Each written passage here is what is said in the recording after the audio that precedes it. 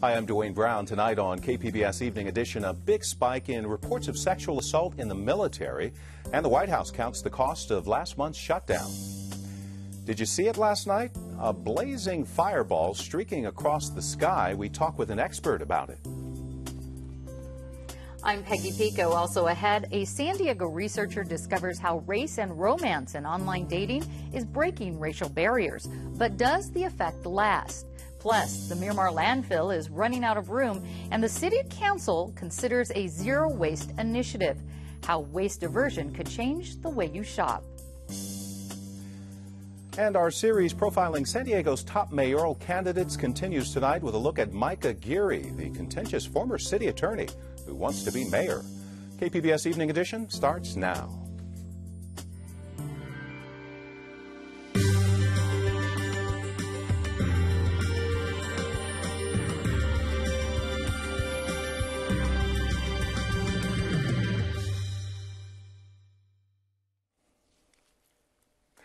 Hi, good evening. Thanks for joining us. The Pentagon says reports of sexual assault in the military have skyrocketed, with more than 3,500 claims of assault in the first 9 months of this fiscal year. There were just under 3,400 in all of 2012. The Defense Department says the spike is a sign people are more confident about coming forward. The increase was seen across all branches of the military. Another federal report tonight says the government agency in charge of inspecting tour buses is missing lots of red flags, leading to deadly crashes. One of those crashes involved a tour bus owned by a company in National City. You may recall 8 people were killed when it crashed in the San Bernardino Mountains back in February. The bus company had been inspected a month before, but the National Transportation Safety Board says inspectors did not look at any of the buses. The inspectors work for a separate agency. Today's report says that agency needs to crack down before crashes happen again. The White House Budget Office has counted the cost from last month's partial government shutdown. Here's that breakdown. $2 billion to repay furloughed workers, $500 million in lost spending at national parks, and $4 billion in delayed tax refunds. Over $6 million in lost workdays. White House also says the shutdown will curb economic growth this quarter. Some positive news tonight. A 3-week-old baby is home safe a day after we told you about that statewide Amber Alert that actually tracked the father's cell phone here in San Diego. Mexican authorities found him and his father at a checkpoint late yesterday. 22-year-old Misad Guler has been arrested and turned over to U.S. law enforcement. People from Santa Barbara to San Diego reported seeing a fireball streaking across the sky last night. The bright flash was visible primarily from Southern California, but folks from as far away as Utah saw it. Goodness and gracious, great ball of fire! From a parking lot in Los Angeles, video was taken of a streaking fireball Wednesday night that lasted only a few seconds with 3 quick bursts before it disappeared. Sure it wasn't a UFO? I'm pretty sure it wasn't a UFO. If they came all the way to Earth from space, I think they would know how to land without burning up in the atmosphere. John Young with Reuben H. Fleet Science Center in Balboa Park was doing a presentation on comets and asteroids at the time when someone in the audience told him he saw a flash of light across the sky. And the astronomer, Dr. Lisa Will, was able to explain what it was, and I was able to put a model of a object up there that pretty much looked like what he was talking about. $5. That's mine now. You're my lucky meteor. Right on. Young says it was likely a meteor shower that occurs every 3 years around this time. In fact, some people call them the Halloween fireballs. He says it's nothing new, but technology is making people more aware of meteor showers and how they work. It's more active now because the Earth is passing through the remnants of this comet. It literally leaves pieces of itself behind. Pieces and remnants you can still see falling in the night sky through November 12th. Goodness gracious, great balls of fire! The meteor is associated with the South Turrids meteor showers that are especially active in late October and early November. San Diego is considering a zero-waste initiative because the Miramar landfill is running out of space. Peggy Pico explains the options. For the last 3 years, San Diego's diversion of waste out of the landfill has remained at 68%. But California mandates the city's waste diversion must reach 75% by the year 2020. Here to talk about a zero waste initiative before the City Council is Rebecca Hayes, a recycling specialist with San Diego's Environmental Services Department. Rebecca, welcome. Thank you. So you've got this initiative, the Zero Waste Initiative, before the City Council. Give us some highlights of it. Well, some highlights are, one, I just want to say we're excited to be bringing this forward. We took it to the Natural Resource and Culture Committee yesterday, and we'll be moving to full council in December. But the main highlights are we're striving for a goal of 75% diversion by 2020 and zero waste by 2040. And are there caveats in there on how to go about this? Like some plans already, even though it's not officially a plan yet? We have strategies in mind, but part of getting to this next step of developing the plan is just being able to take those pieces and the research and best practices we've learned from other cities and putting it together in conjunction with having conversations with key stakeholders and developing a plan that works for San Diego and San Diego's own unique dynamics and community. Oh, okay. So sort of a group effort there. Right. How much waste is actually piling up at the Miramar landfill? I understand it's running out of room. Well, we have a projected meeting capacity of 2022, but we feel like our diversion efforts will allow us to expand that capacity. And certainly moving forward with zero waste will allow for that increased capacity. I understand that 15 cities in California already have zero waste policies. What sort of mental shift needs to take place here in San Diego to make a zero waste policy successful? I'm glad you brought that up because it really is a mental shift. It's a way of thinking about products. So you're talking about an industry, we call it cradle to grave. So it's thinking about when the product is being produced to the point of when it's being discarded. So that also falls in line with when you, as a consumer, when you're purchasing a product, what's going into the materials? Are they going to be recyclable? Are they going to be reusable? What can we do with them? So you think about that as a consumer when you're purchasing it, but also keeping in mind that whole idea of trash to treasure. Okay, tell us about that. Reframing our perspective. Instead of thinking of something as trash, it becomes treasure. So maybe we can upcycle something, or maybe there's a resource that comes out of it, or maybe it is a resource in and of itself. So trying to avoid the landfill altogether. Correct. Now I know, as you were talking about, San Francisco has a zero waste goal by 2020. They've already reached 80% diversion. Right. So they're a nice example. Are you going to be looking at cities like San Francisco? What can we learn from successful places like that? Absolutely. We always look at what other cities do and what works for them. And again, fitting it into what works with the city of San Diego's dynamics as well. What are the major challenges in reaching waste diversion goals here? And I have a backup to that. Is how much is that going to cost the residents, or is it going to cost the residents more? Well, right now we don't have any financial projections because we're in the process of developing the plan. We certainly know that we'll need to have funding mechanisms in place to fund these programs. But also in terms of challenges, it's what we just talked about before. It's reframing people's perspective, that cradle to grave when you're being a consumer.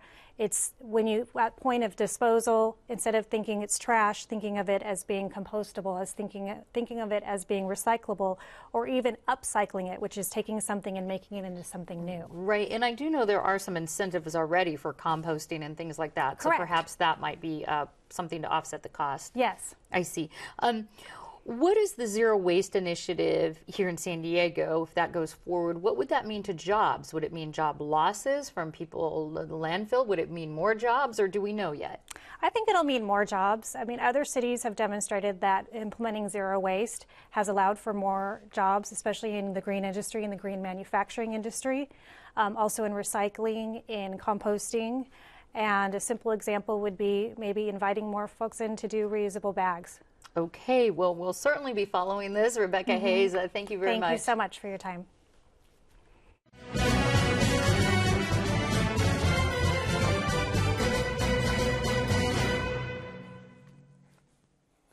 Mike Aguirre faces an uphill climb in the race for San Diego mayor. He's trailing in the polls and isn't raising money. As KPBS reporter Eric Anderson tells us, Aguirre is also battling a perception he's hard to get along with. Mike Aguirre will not be spending tens of thousands of dollars running for mayor. He is not asking for big contributions. He is not buying TV ads. He will not even print up campaign mailers. I have managed to build a reputation based on actual work and not on advertising. And I don't want to win that way. If I'm going to win, I want to win without being beholden to anyone. The other candidates go in with both hands tied behind their backs. They have to serve the people that are basically paying for their campaigns, and the campaigns have gone so far over, even just in the last 4 years. Campaigns are now run by financial interests other than the candidate. Aguirre says he wants to be mayor because he can make a difference at City Hall. He spent the past few weeks outlining how the city's pension obligations are siphoning tax dollars away from public safety, city services, and roads. He's relying on press conferences and candidate debates like this one at KPBS to get his message out. Welcome to KPBS 10 News and SDSU School of Public Affairs mayoral debate for this special election. I did what was right every single day. I always asked myself the one question, and that was, what is in the long-term best interest of the people of San Diego? I united people like they had never been united before. Unfortunately, it was against me. And unfortunately, you've run out of time, too. I'm done. Aguirre now jokes about the rough time he had as city attorney, but his combative approach managed to alienate nearly everyone by the end of his term. Democrats, Republicans, business owners, and unions. Spike Mike. He still blames the city's major newspaper for being out to get him and creating a negative atmosphere. And he also says he may have come on a bit too strong. Mr. Aguirre, you are offensive with your comments. Last time I came in on a big white horse, and I thought, well, I'm here, and so, you know, that's all that needs to happen. I don't need to really respect anybody else. I can just come in and make it happen because these people are clearly not working for the best interest of the city. Well, you know what? That's not the way it works. Aguirre's public persona wasn't helped by a long-running spat with then San Diego Mayor Jerry Sanders. It didn't feel good at the time. I mean, it didn't feel good fighting every day. I mean, that's just not how I've always done things. The men differed on a lot of issues, including the role of the city attorney. Sanders considered the position the mayor's legal counsel. Aguirre was the first city attorney to argue that he represented the people. Sanders, Kevin Faulkner supporter, says Aguirre appeared to want more. Well, I think a lot of people at the time said he wanted to function as mayor and that he used that office as a platform to do that. You know, I told him, unfortunately, I was the mayor, and that's what I was elected to do, and that was the course that I took. Aguirre did not earn a second term in office, getting only 40% of the vote in his re-election effort. Even so, he was impressed that he got that many votes in such a hostile environment. And that political defeat led to reflection. I'm a very, very hard worker, and I really try to work at getting better. And over the last 4 years, I have spent many, many hours thinking about, reflecting, reading, trying to figure out what I did wrong. And what it all comes down to is this. You cannot move a community faster than it's able to move. Now is the time to choose a mayor we can trust. But moving fast is what a special election is all about. David Alvarez, Nathan Fletcher, and Kevin Faulkner are all spending a lot of money to get their messages out. I'd love to have you come out and help and get the vote out for our special election. San Diego State University political science professor Brian Adams says Aguirre's message might not be finding the right ears. Mike Aguirre is trying to make this case that he's changed, that he's a different person now, he's less confrontational, which is a reasonable message, but it's a message that he's got to communicate to voters and show to voters. He's got two real problems here. One is he doesn't have the money to actually communicate the message. The other problem rests in a cynical public. Adams says voters have heard the "I've changed" pitch from politicians before, and it may be a hard sell. Adams also says Aguirre's name recognition could end up hurting him if voters carry a negative impression into the voting booth. Eric Anderson, KPBS News. You can learn more about the race for San Diego mayor online at kpbs.org/election. Voters go to the polls on November 19th.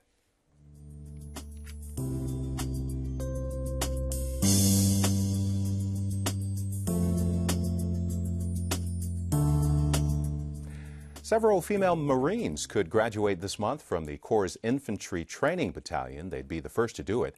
And by the end of the year, a half-dozen women are expected to be assigned to a Navy combat company. As Sagar Magani of the Associated Press shows us, they're in training now. Driving a boat is something new for Anna Schnatzmeyer. Danielle Hinchliff had never been behind the controls. And it showed.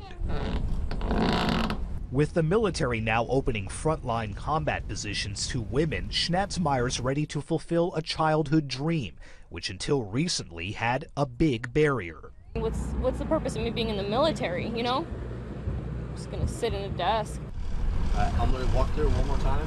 The two women were trying to pass the 7-week Riverine crewman course, which would allow them to drive assault boats in Navy Riverine Delta Company units, some of the first combat positions opening to women. I think that there's a lot of eyes on us, you know, and we do have to, you know, uphold a lot of standards. Former Marine Jerry Gray, a course instructor, says he's all in favor of putting women in combat jobs.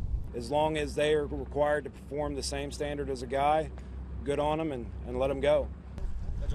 In the end, both women failed the course here at Camp Lejeune, along with several men. They can all take it again. All right, you're taking fire in this direction. What are you doing? But Schnatzmeyer's already passed a combat skills course, and later this year will be formally assigned to a combat riverine unit, where she could be an intelligence analyst or a gunner. It gives, you know, not only me, but it gives other women that do have the capabilities, that do have that strength and the desire to want to do what the men are doing over there. It gives us that opportunity. An opportunity to make history. Sagar Magani, Associated Press, Camp Lejeune, North Carolina. I'm Gwen Eiffel. On the next News Hour, Wall Street's all a Twitter as the social media giant goes public. That's Thursday on the PBS News Hour.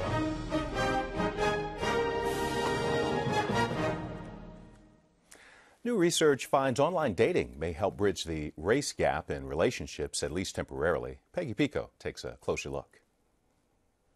Social scientists estimate 1 in 3 couples now meet on the internet. But like most offline or traditional dating practices, the romances tend to remain segregated. However, my guest, UC San Diego sociologist Kevin Lewis, recently discovered it doesn't take much to break through racial and ethnic barriers online. Kevin, welcome. Hi. Hi. How prominent is online dating these days? So as you indicated, a recent estimate suggests that about 1 in 3 couples meet online, and about half of those meet in online dating in particular. That's marriage rates, mind you, and so other estimates suggest, for instance, among same-sex couples, just relationships more broadly, the rates are almost as high as nearly 70% as couples meeting online these days. And for heterosexual couples, it's a little less. A little bit less, right. I see.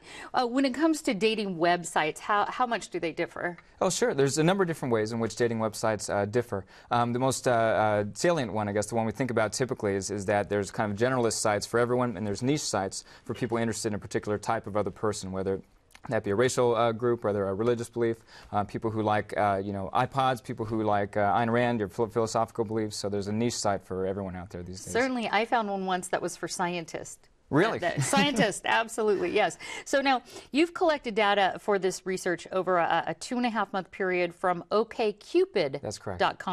Why this site, and what did you look at on this site? Sure. So why that site in particular? It's one of the most popular sites out there, up there along with eHarmonyMatch.com. Another important distinction between dating sites and why OkCupid was attracted to me is as a free dating site, so very appealing for a lot of people. And probably most importantly, OkCupid was willing to sell us some data in the first place, so that helped a lot. And you looked at some specific things, not just the initial. What did you look at, I should ask? So I had records of basically contact patterns on the site, who is sending messages to whom, not the content of the messages, but basically just the sender, the receiver, the timestamp, and some basic information about these individuals. And so this allowed me to look at patterns of interaction on the site and who's messaging whom.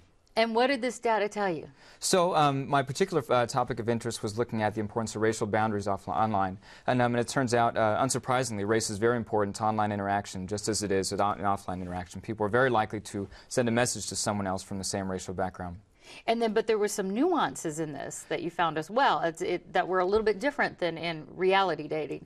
You're absolutely right. So it turns out when you look at differences between patterns of initiation and patterns of reply, people are actually much more willing to cross a racial boundary in their replies than in their initiations. In other words, they're willing to cross a racial boundary that basically they wouldn't be willing to express interest in the first place. So the initial outreach may not be across racial barriers, but once the outreach has been done and there's communication back and forth, they'll continue that? So long as someone else takes that vulnerable step of making the first move, basically people are much more open to interracial interaction.